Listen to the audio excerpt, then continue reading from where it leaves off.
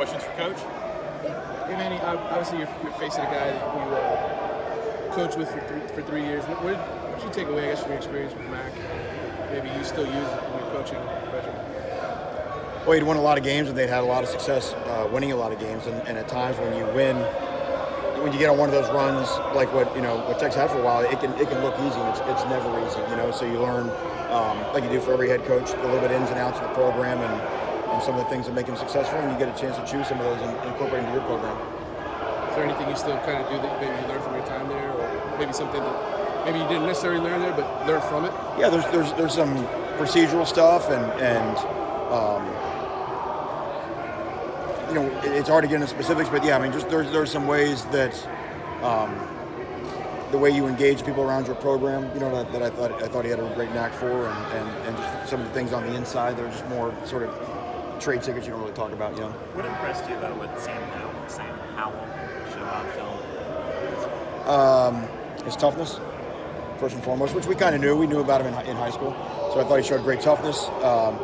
And then his poise in the fourth quarter, just playing pitch and catch on some of those fades as if it was like just, routes on air or pat and go, just not fazed by the moment of playing in a pro stadium, against, South Carolina, and just out there just playing, so.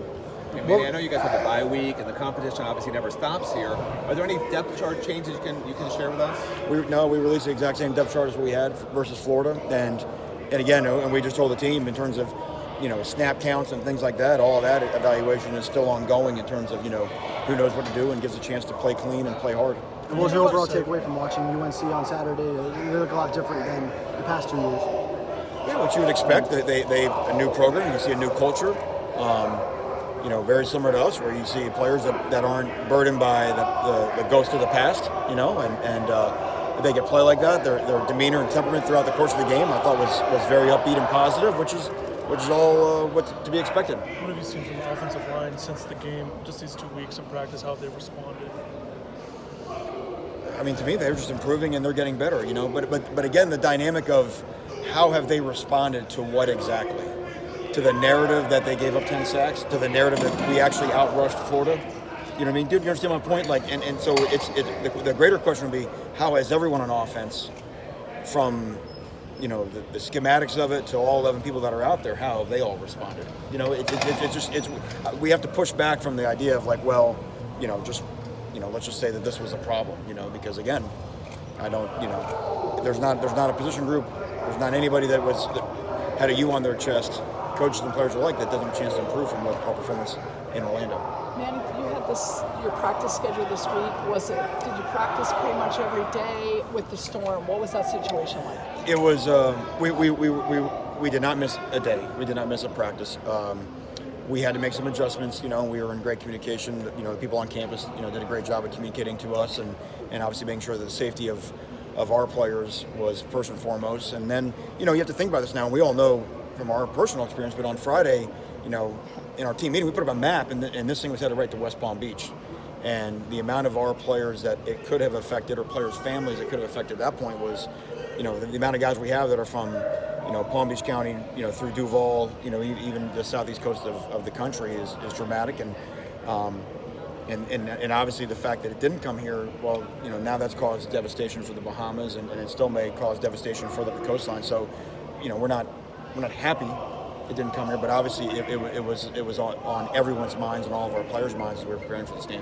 What about the idea that it's moving up the coast and the North Carolina factor? I mean, it is supposed to hit there at a certain point as far as, I don't know, logistics, travel, dealing. Shouldn't be an issue. And if you look at all the projections right now, again, where it is and where, Raleigh and Chapel Hill are, I don't see any effect of the game. As far as flying, you would still be flying Friday and all that? Absolutely, yeah. All of our routines should all be the same. Still a couple more guys. Manny, have you and Mac spoken since Texas? I mean, I know. Oh, yeah. I mean, he had our Duke game a year ago and seeing him at the ACCs and all those type of things. Yeah, so we've spoken, through text messages and all types of stuff.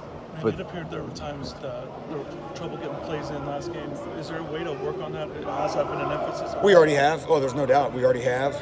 We had a sort of a situational, kind of game last Friday, just to make sure that our pre-snap issues that should be correctable coming out of a game one, that we got them fixed. Hey Manny, Bubba Bolden with his eligibility, any update on that? And Still waiting to hear. Okay. And then anything with guys, maybe coming back from that, maybe are getting better?